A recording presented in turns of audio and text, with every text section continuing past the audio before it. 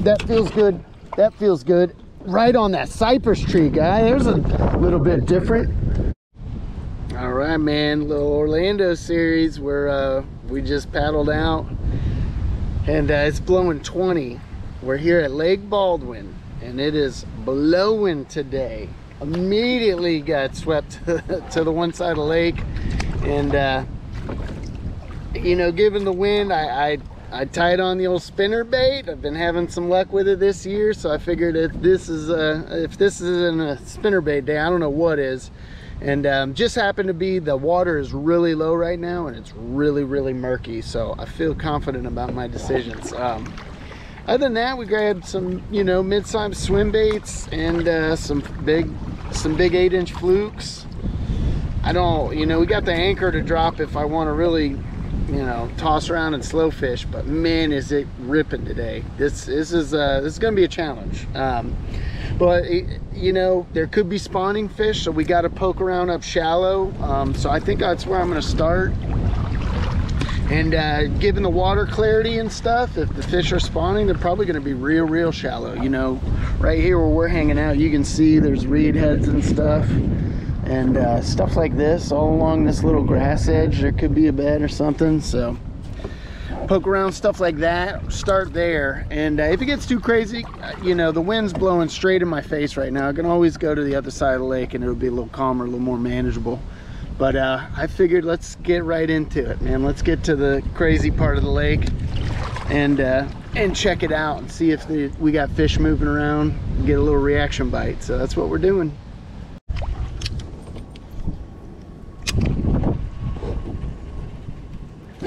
There we go, there we go. Oh no! Oh, dang it. Son of a... All right.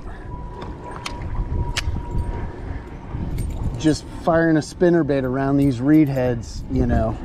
Time of year where fish could be spawning, you know, it'll be in every stage of the spawn. We've had plenty of time, plenty of warmth down here in Florida where the fish have definitely, a lot of them have moved up and spawned, but you know, we're at the time, again, like I said, there's waves of spawn activity and just these, if you can see, I mean, the water is pea green soup. It's way low, so I think that has something to do with it. It's just not up high. It's just real murky, you know. It's 20 miles an hour today, so you knew it was going to be churned up, but I'm always under the assumption that these fish are gonna, if they are spawning, you know, this murkier water is gonna have to push them up even shallower. But these isolated reed heads and stuff, just a great spot to target fish that might be in and around beds. And we just missed one. That was probably a 3, man. That was a nice one.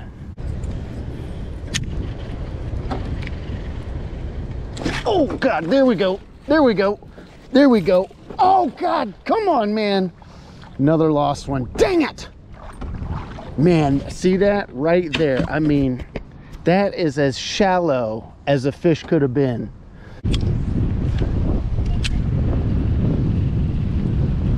There it is. Here we go. Are we gonna land this one? We're gonna land. Oh, come on, guy! Oh, I got crazy trying to swing him in before I lost him, and I lost him. Dang it, man. Well, shoot. 3 bites, all uptight along these reeds, man. Definitely believe them to be spawning fish of some variety. Every time I mean, I can paddle right up to where I got that bite, and I cannot see down in the water well enough to tell if there's a bed or not. It's just a spot they would be spawning on. Oh no! Dang it! Oh, just snapped it off. Shoot!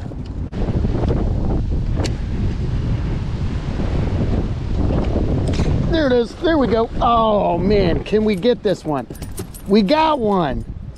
All right. Same deal, man. Just a little point of reeds and stuff. Small male, man. This guy, not super thick. Maybe they're fry garters that we're getting bites from. Who knows? But they're up shallow. Shallow, shallow, shallow.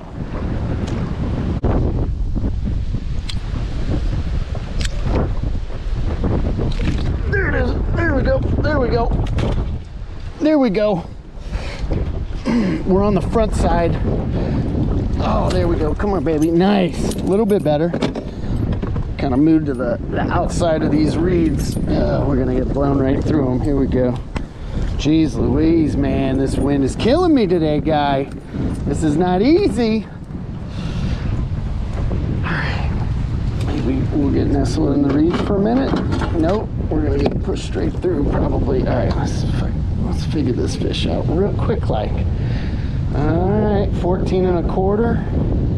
It's you can see right here, we're in between these reeds. I actually pitched right in here, right in this lane, and that got bit immediately as I was bringing it out. There we go, there we go, there we go. All right. Ah, working on it, baby. Here we go. That's number 3. Now, dare I say, I'm not certain, but the other spinner bait that I broke off kind of had muted blades. This has got a bright silver and a bright gold blade, so maybe they're just finding it better, and that's why I'm landing these fish and getting, you know, better bites because of it. It's more visible and stuff. Who knows?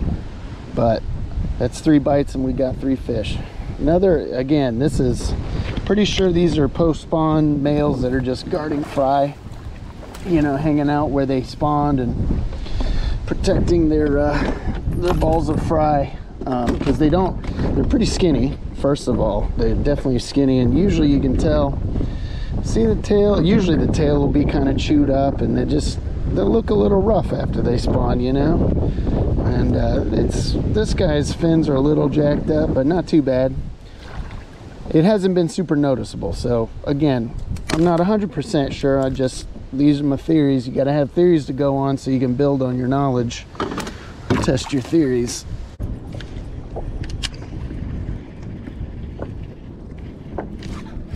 There we go. Oh, come on, man. Shoot.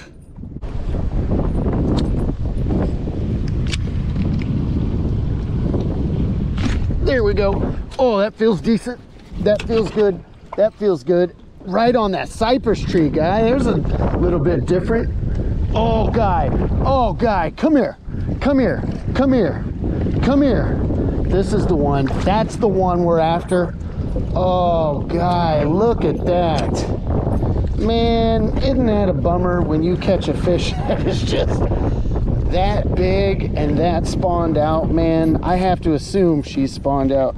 That is rather skinny for this big a bass, dude. Right on the front edge of that cypress tree, man. That was the first bite that hasn't come off some reeds. Dude, wow, look at that. I mean, this fish has got to be, I mean, let's check this out. We got to see this. This is a long bass. Unbelievably long. She might be at the end of her life. Maybe she just did her last spawn. Oh, dude, you got to be kidding me. Look at this. This is insanity. Totally crazy. All right, again, I always measure to the fork of the tail. We're at, I'm gonna push her mouth against the thing. We're at 23 1/4 to the fork of the tail. 23 1/4 inches long. This, I bet this girl was a beast in her day. Man, that is just sad. Sad to see him, you know, see him go on the decline, but she's definitely looking like she's on the backside of life. All right, we're gonna, man, I'm gonna get her. All right, so we're 23 1/4. Oh man, that was the bite we wanted today. Just a little depressing when it came. Little depressing looking at this big old beast of a fish that was probably, I mean, probably an absolute tank in her heyday. She's 14 inches around. I mean, 23 1/4, 14 inches around. Look at how skinny. You can just see that, just how skinny that fish is. All right, we're gonna drop her back in as we get blown. There she goes. She's swimming off. All right, man.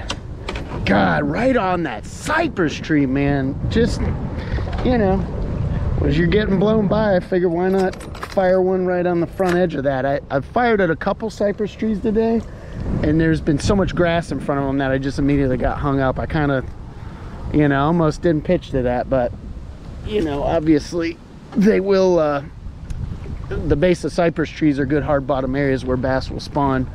There's just not that many that are out in the water at this lake, you know, so they're mostly up on the reeds and stuff.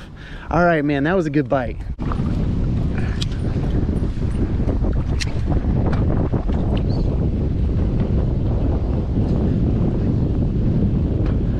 There we go. There we go. Oh, hey, hey, oh.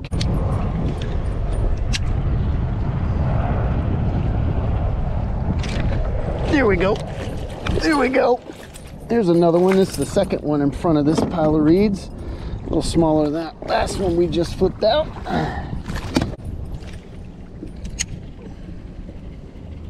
Oh, right there. Right off the front edge of that lay down. You just kind of knew there had to be a fish right there, right?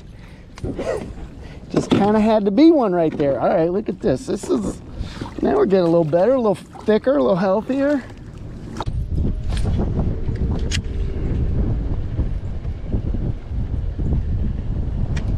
Oh God, there we go. There we go. There we go. One more. We got one more in us. All right, dude.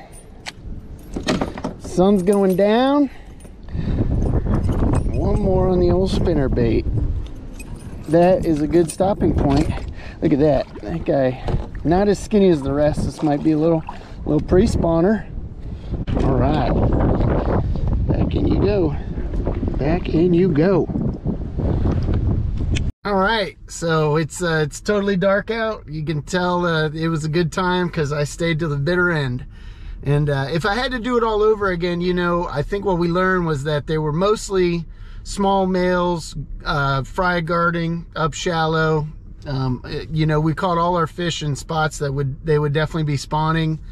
And so if I did it over again, I would say, you know, to really target bigger fish, you probably got to go out and fish deeper, like fishing for, you know, the post-spawn females that would be probably pushed out in deeper grass edges and stuff, which is kind of usually how I normally fish this lake anyways. But, you know, you can't argue with cruising around dirt shallow, you know, 2 to 3 feet of water, chucking and winding a spinnerbait and getting bit. So, and we did catch one nice one, well, one that should have been a really nice fish, but you know, I'm assuming she's at the end of her life. You know, everything's starting to go downhill. That fish was a little too skinny to claim that was just a post-spawn deal. So I don't know, but you never know. Maybe it'll recover and all will be well, but might have been at the end of life for that big one we caught. But fun times, man, always fun. You know, definitely focused on reaction because it was so windy. The water was really murky. There was no, you know, so that spinnerbait really worked as far as just getting that vibration, that flash, and having them react to it.